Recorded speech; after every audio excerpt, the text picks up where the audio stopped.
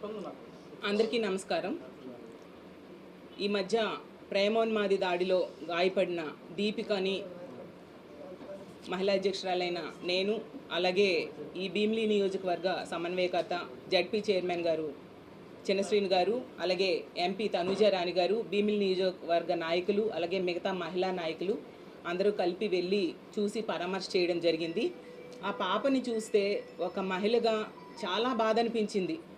గుండె తరుక్కుపోయింది. ఆ తల్లి చనిపోయింది. ఇద్దరు తల్లిని ఈమెని కలిపి దారుణంగా కత్తితో దాడి చేస్తే పట్టపగలు తల్లి అక్కడికక్కడే రక్తపు మడుగులో పడి చనిపోవడం జరిగింది. ఈ పాపకి అంత గట్టిగా గాయమయ్యి అదృష్టవశాత్తు ప్రాణాలతో బయటపడింది.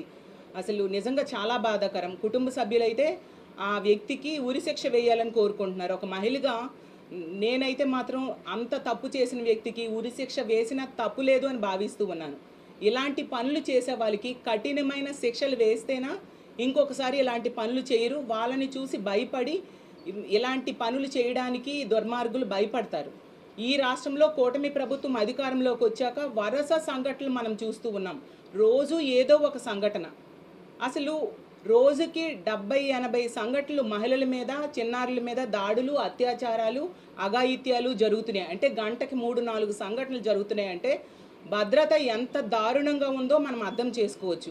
అంత దారుణమైన పరిస్థితులు ఇక్కడ ఉన్నాయి. ఎందుకంటే ముఖ్యమంత్రి గారు కానీ, డిప్యూటీ సీఎం గారు కానీ, అలాగే హోమ్ మినిస్టర్ గారు కానీ మహిళల భద్రతని పట్టించుకోవట్లేదు అనేది గత కొన్ని రోజులుగా జరుగుతున్న సంఘటనలు చూస్తే మనకు అర్థమవుతుంది. గత 10 రోజులుగా తీసుకున్నాం. ఈ దీపిక సంఘటన జరిగింది. ఆ తర్వాత రోజే తీసుకుంటే కంచరపాలెం, ఇదే విశాఖపట్నం, హోమ్ మినిస్టర్ గారు నివాసం ఉంటున్న జిల్లా. ఈ జిల్లాలో కంచరపాలెంలో ఒక మానసిక వికలాంగురాలిపై అఘాయిత్యం జరిగింది. అలాగే అప్పుగారి ప్రాంతంలో మనం చూసాం, ఒక మైనర్ బాలిక మీద అఘాయిత్యం, అత్యాచారం చేయడం జరిగింది. అలాగే చంద్రబాబు నాయుడు గారి నియోజకవర్గం కుప్పంలో గిడ్డగానిపేంట గ్రామంలో టీడీపీ కార్యకర్తే ఒక మైనర్ బాలిక మీద లైంగిక దాడి చేస్తే ఎంత ఘోరం అంటే శీలానికి ₹1,00,000 వెలకట్టడం జరిగింది. సాక్షాత్తు ముఖ్యమంత్రి గారి సొంత నియోజకవర్గంలో మహిళల మాన ప్రాణాల పరిస్థితి ఎంత ఘోరంగా ఉంటే, ఎంత గతి పడితే ఇంక ఏమనుకోవాలి చెప్పండి. అలాగే హోమ్ మినిస్టర్ ఇన్ఛార్జ్గా ఉన్న జిల్లా విజయనగరం జిల్లా గరివిడి మండలంలో మనం చూసాం.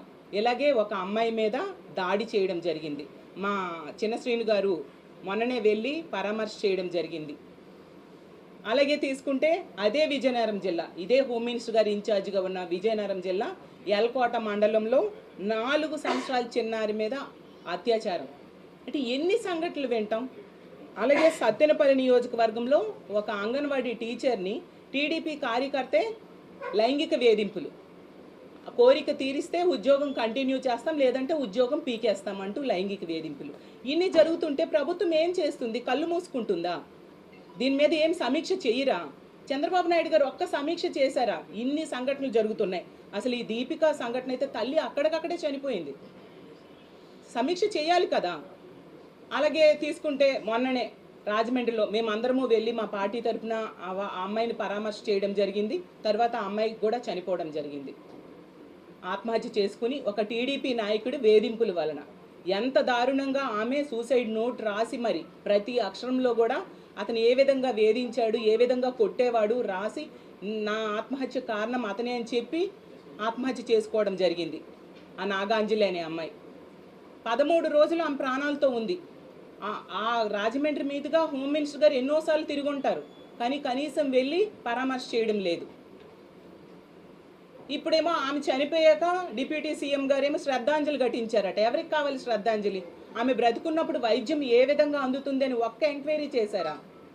చంద్రబాబు నాయుడు గారు అయితే అసలు పట్టించుకున్న దాఖలాలే లేవు. అంత దారుణంగా నిర్లక్ష్యం వహిస్తూ ఉన్న పరిస్థితి మనకు క్లియర్గా అర్థమవుతూ ఉంది. అలాగే ఎందుకంటే ఈవెన్ నాగాంజలి విషయంలో తీసుకుంటే సీసీటీవీ ఫుటేజ్ ఆమె చనిపోయే కూడా ఈ రోజు కూడా ఇవ్వని పరిస్థితి మనం క్లియర్గా చూస్తూ ఉన్నాం.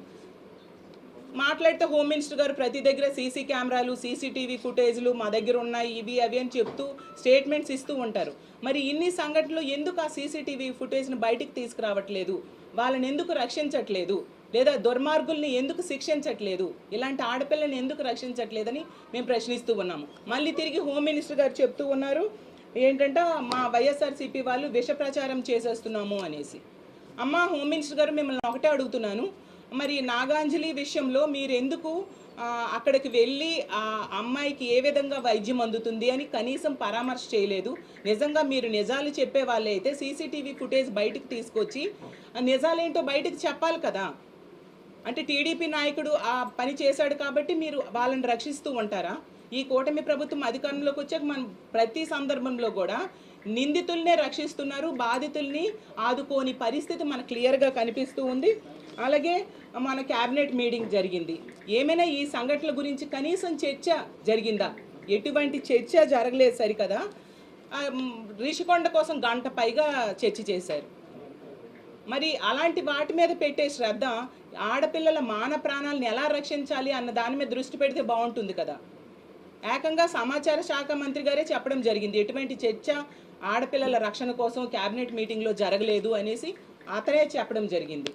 ఈ ముఖ్యమంత్రి గారు, డిప్యూటీ సీఎం గారు, హోమ్ మినిస్టర్ గారు వీళ్ళందరూ ఏంటంటే తమన్ మ్యూజికల్ నైట్స్ ఎంజాయ్ చేయడానికి వీళ్ళకి సమయం దొరుకుతుంది. అలాగే స్కిట్లు, వెకిలి చేష్టలతో స్కిట్లు ఎమ్మెల్యేలు చేస్తే దాని దగ్గరికి వెళ్ళి ఎంజాయ్ చేయడానికి, హ్యాపీగా వెకిలి నవ్వులు నవ్వడానికి వీళ్ళకి సమయం దొరుకుతుంది. కానీ ఆడపిల్లల మీద ఇన్ని ఘోరాలు నేరాలు జరుగుతున్నాయి, అఘాయిత్యాలు జరుగుతున్నాయి, వాటి మీద సమీక్ష చేయాలి, వాళ్ళకి పరామర్శ చేయాలి, కుటుంబాన్ని ఆదుకోవాలి, ఎక్కడ కనిపించదు. ఇన్ని సంఘటనలు 10 నెలల్లో జరిగితే మా జగన్మోహన్ రెడ్డి గారు వెళ్తారు అంటే వీళ్ళు స్పందించి మంత్రులు వెళ్తారు. మా జగనన్న వాళ్ళకి ఆర్థిక సాయం అందిస్తే వీళ్ళు సాయం అందించడానికి ప్రయత్నిస్తారు. ఏ ఒక్క సందర్భంలో కూడా కనీసం రూపాయి కూడా ఆర్థిక సాయం చేయలేని పరిస్థితి వీళ్ళంతటి వీళ్ళు ఇండివిజువల్గా. మా పార్టీ స్పందిస్తేనా వీళ్ళలో చలనం వస్తూ ఉంది. ఇంత దారుణంగా వీళ్ళు చేస్తూ ఉన్నారు. అసలు చంద్రబాబు నాయుడు గారు అంటారు, ఎన్నోసార్లు చెప్పారు ఆడపిల్లల మీద అఘాయిత్యాలు జరిగితే ఉపేక్షించము అనేసి. మరి టీడీపీ నేతలైతే మీరు ఏం చేస్తున్నారు, ఎటువంటి చర్యలు తీసుకుంటూ ఉన్నారు? అలాగే డిప్యూటీ సీఎం గారు అయితే తాట తీస్తాము, ఆడపిల్లల మీద కన్నెత్తి చూస్తే ఆడపిల్లల మీద ఎవరైనా చేయేస్తే అన్నారు. ఇన్ని సంఘటనలు జరుగుతున్నాయి కదా, మరి ఎవరి తాట తీశారు పవన్ కళ్యాణ్ గారు నేను అడుగుతున్నాను. హోమ్ మినిస్టర్ గారు అయితే నేను ఆడబిడ్డనే, నాకు ఒక ఆడబిడ్డ ఉంది అనేసి స్టేట్మెంట్స్ ఇస్తారు. ఎవరికి కావాలి ఆ స్టేట్మెంట్స్? మరి ఎంతమంది ఆడబిడ్డలకు అన్యాయం జరుగుతుందే. ఆవిడ అన్నారు కూటమి ప్రభుత్వం అధికారంలోకి వచ్చింది, ఆడబిడ్డలు ప్రశాంతంగా నిద్రపోవచ్చు అని. ఎక్కడ ఆడబిడ్డలు ప్రశాంతంగా నిద్రపోతున్నారు హోమ్ మినిస్టర్ గారు? మీరు నివాసం ఉంటున్న విశాఖ జిల్లాలో, అలాగే మీరు ఇన్ఛార్జ్గా ఉంటున్న విజయనగరం జిల్లాలో కూడా ఇన్ని సంఘటనలు జరుగుతున్నాయి. మీరు ఏమి చర్యలు తీసుకున్నారని అడుగుతున్నాండి. వీటన్నిటికీ కారణం మద్యము, గంజాయి, డ్రగ్స్ అయితే గతంలో ఈ రాష్ట్రంలో ఎప్పుడూ లేనట్టుగా విచ్చలవిడిగా దొరుకుతూ ఉండే పరిస్థితి. సాక్షాత్తు ముఖ్యమంత్రి గారు నివాసం ఉంటున్న ప్రాంతంలో మంగళగిరి నియోజకవర్గంలో మొన్ననే డ్రగ్స్ పట్టుకోవడం జరిగింది. 2 నెలలు క్రితం తీసుకుంటే అదే జిల్లాలో గుంటూరులో డ్రగ్స్ పట్టుకోవడం జరిగింది. అలాగే గంజాయిని 100 రోజుల్లో రూపుమాపుతామని చెప్పారు. ఎక్కడ రూపుమాపారు? విచ్చలవిడిగా ఈ విశాఖపట్నం నుంచే రవాణా జరుగుతూ ఉంది. హోమ్ మినిస్టర్ గారి సొంత నియోజకవర్గం మీదుగానే గంజాయి రవాణా జరుగుతూ ఉంది. మొన్ననే అరకులో ఒక వెహికల్ బోల్తా పడితే గంజాయి దొరికింది. అంటే పోలీసులు వాళ్ళంతటి వాళ్ళు పట్టుకోరా? ఇలా యాక్సిడెంట్స్ జరిగితే గంజాయిలు గట్ట బయటపడాలి, అప్పుడు అరెస్ట్ చేస్తారా?